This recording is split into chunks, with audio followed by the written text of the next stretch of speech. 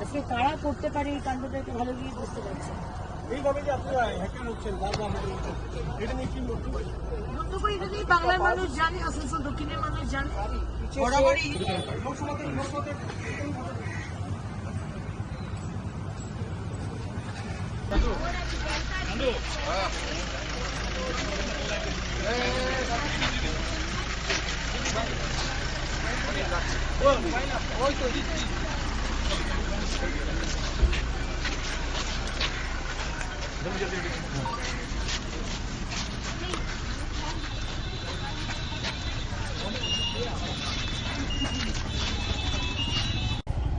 আমি আসার পরে ওরা বলছিল ওদের উপরেও পাথর পড়েছে।